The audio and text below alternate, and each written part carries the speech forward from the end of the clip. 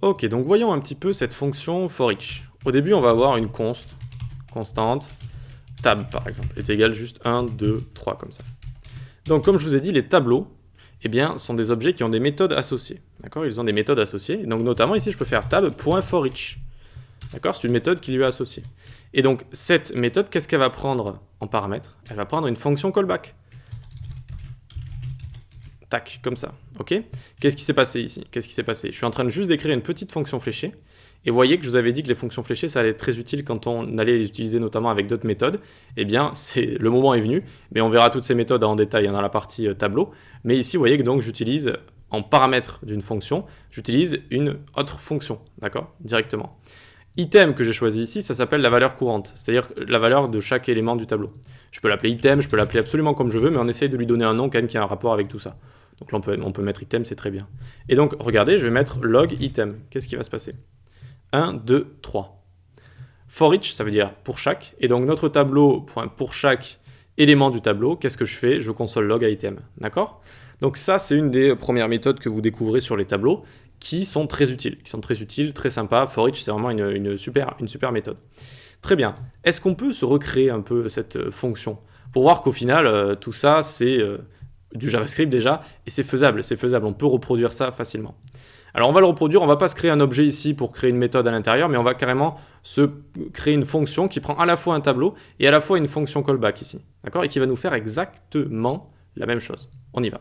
Vous pouvez essayer de le faire tout seul si vous voulez, mais à mon avis, ça risque d'être un peu compliqué. Enfin, la solution n'est pas très compliquée. Non, vous pouvez essayer peut-être. Je peux vous donner un indice si vous voulez. Un indice, c'est vraiment faire une boucle à l'intérieur d'une fonction qui va venir loguer tous les éléments d'un tableau ici. Vous pouvez le faire, il va falloir appeler cette méthode callback. C'est ça qui peut peut-être être un peu compliqué, mais sinon, je pense que ça va le faire. Donc ici, ce qu'on va faire, on va commencer par se faire une fonction. Et je l'ai appelée custom for each. Ça va être notre for each personnalisé, d'accord? Ici, ça va prendre un tableau, ar, d'accord? Et ça va prendre une fonction callback qui va être rappelée sur chaque élément du tableau. Ok, hop, et une fois qu'on vient ici, on fait for let i égale 0. I inférieur à ar.length, la longueur du tableau, ici par exemple c'est 3. Je vous avais dit que les tableaux, ils ont cette propriété spéciale length, la longueur. Donc en fait, ça sert à itérer à travers tout le tableau. Très bien. Et ensuite, je fais i++ comme ça. i++. Très bien. Et maintenant, je vais m'appeler une fonction callback. Je vais m'appeler une fonction callback et je vais faire callback ici de ar de i, comme ça. Callback de ar de i. C'est-à-dire que je vais appeler une méthode et cette méthode-là, eh bien, je vais l'appeler à chaque fois avec là où on en est dans le tableau, c'est-à-dire ar de i. Pour commencer, ar de i, ce sera combien? Ar de 0, donc ce sera la première valeur ici. Ensuite, ce sera plus, donc i égale 1. Donc ar de 1, ce sera hop, A2, etc. etc. Okay, et c'est bon, c'est parfait, on peut utiliser ça. On peut déjà l'utiliser, vous allez voir que ça va ressembler à ça. Regardez, je viens en dessous, custom for each, je lui passe tab au-dessus, d'accord? Je lui passe tab qui correspond à ar juste ici. Et ensuite, on y va, hop, la petite fonction fléchée qui va bien comme ça, et à chaque fois je peux log, par exemple, je log item, qu'on n'oublie pas de lui passer ici, pardon, et donc je log bien item juste ici. Et on a bien 1, 2, 3 ici. Alors juste, je vais enlever celui-là, hop, et donc ça vient carrément d'ici, d'accord? Ça vient carrément d'ici, vous voyez?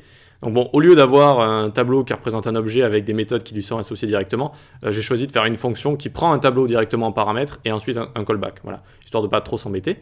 Ça nous donne exactement la même chose que ce for each ici.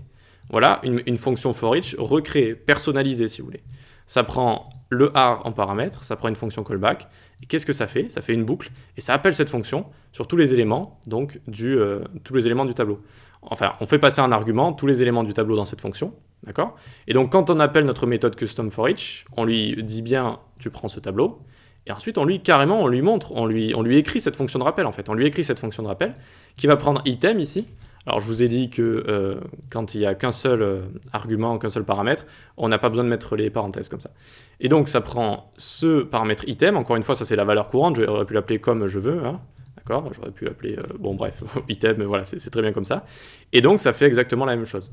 Donc voilà ce que c'est que les fonctions de rappel, très pratique, notamment pour performer des actions avec une boucle comme ça. Quand on a envie de multiplier des éléments d'un tableau, quand on a envie d'en supprimer, d'en filtrer, voilà, vraiment dès qu'on veut performer des actions, c'est ultra pratique. C'est les fonctions de rappel, les fonctions callback, comme on dit en anglais.